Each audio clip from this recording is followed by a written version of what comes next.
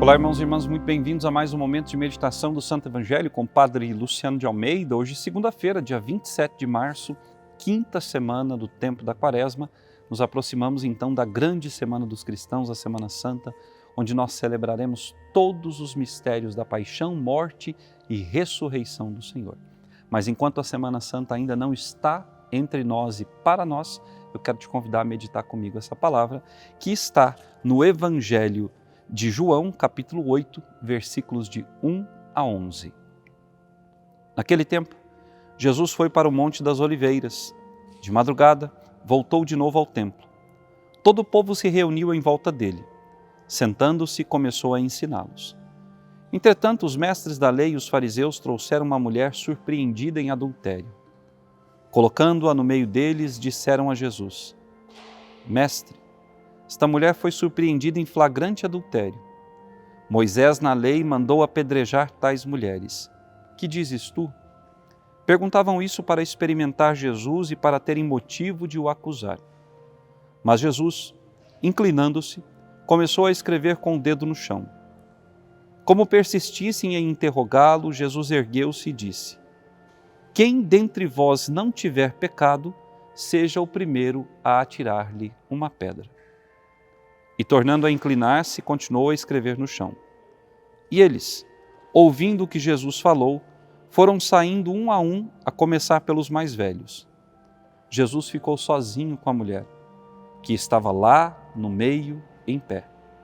Então Jesus se levantou e disse: Mulher, onde estão eles? Ninguém te condenou? Ela respondeu: Ninguém, Senhor. Então Jesus lhe disse: Eu também não te condeno. Podes ir e de agora em diante não peques mais. Palavra da salvação, glória a vós, Senhor. Vejam, meus irmãos, Jesus está em Jerusalém, está ali certamente para alguma das festas, não sabemos se é a Páscoa, se é a festa dos tabernáculos, mas Jesus está ali, está em Jerusalém. Recolheu-se em oração no Monte das Oliveiras, como sempre fazia, e depois de certo tempo de oração se dirigiu ao templo de madrugada. E a gente pode se perguntar, mas de madrugada haviam pessoas no templo? Sim, as caravanas chegavam durante 24 horas e o povo, assim que chegava, ia ao templo adorar a Deus. E estando ali no templo, Jesus começou a ensinar as multidões. E nós vemos essa cena daquela mulher pega em adultério que é lançada na frente de Jesus e estão ali todos os seus algozes com pedras nas mãos, prontos para apedrejá-la. A primeira coisa que eu sempre gosto de pensar, meus irmãos e minhas irmãs, são nos motivos que levaram aquela mulher a cometer o adultério. Será que aquela mulher era realmente amada? Será que aquela mulher realmente era valorizada na sua casa? Seu marido a tratava bem? Porque, irmãos e irmãs, a pessoa para cometer um pecado tão grave, sobretudo no tempo de Jesus, onde esse pecado era punido com a morte, essa pessoa devia estar sentindo um vazio muito grande, devia estar vivendo uma solidão profunda e por isso sucumbiu à tentação do maligno e caiu em pecado e perdeu a sua honra aos olhos dos homens. Mas vejam, por pior que seja o nosso pecado, quando há arrependimento sincero, quando há desejo de mudança de vida, Deus nos perdoa. Deus olha as situações da nossa história, Deus vê o que acontece ao nosso redor. O Senhor não é como nós, que sai julgando e atirando pedras, sem antes reconhecer o que havia acontecido e que levou tal pessoa a cometer tal pecado. Nós somos aqueles que emitimos juízos temerários. Deus que observa tudo, Deus que vê tudo, Deus não sai assim emitindo juízos de grosso modo a qualquer instante. Não. O Senhor primeiro nos dá a oportunidade de dizermos a Ele o que aconteceu. Quantas vezes nós matamos a graça de Deus e até mesmo a vida das pessoas porque não damos a elas a oportunidade de se explicarem? Os grandes do povo estavam ali, os anciãos, os sacerdotes, todos aqueles que se achavam iluminados, puros, sem pecado, estavam ali, com pedras nas mãos, prontos a matá-lo. Mas Jesus pergunta a eles: quem dentre vós não tiver pecado, que atire a primeira pedra. Irmão, irmã, quem somos eu e você para apontarmos o dedo para a vida dos outros? Quem somos eu e você para jogarmos pedra nos outros?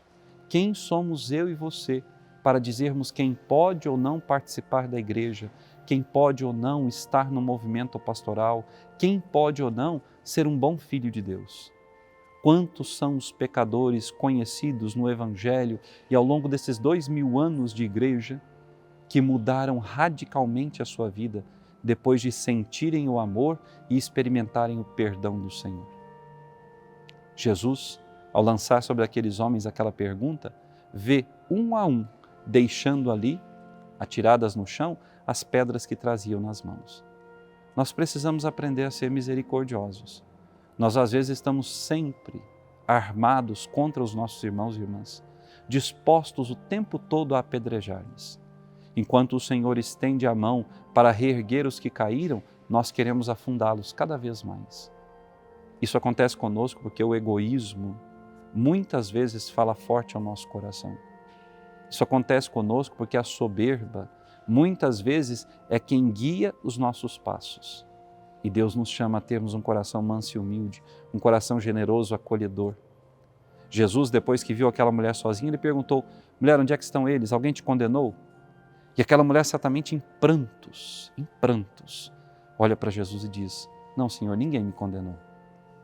E ela recebe de Jesus uma palavra que mudou a sua vida. Aquela mulher nunca mais, irmãos e irmãs, eu tenho certeza, cometeu um pecado grave. Porque ela ouviu do Senhor: eu também não te condeno. Vá e não peques mais. Essa mesma experiência da mulher nós vivenciamos no confessionário. Quando nós, de coração sincero, damos a Deus a oportunidade de limpar a nossa vida. Quando o sacerdote nos diz: eu te absolvo dos teus pecados em nome do Pai, do Filho e do Espírito Santo, acontece na nossa vida o que o Senhor realizou na vida daquela mulher.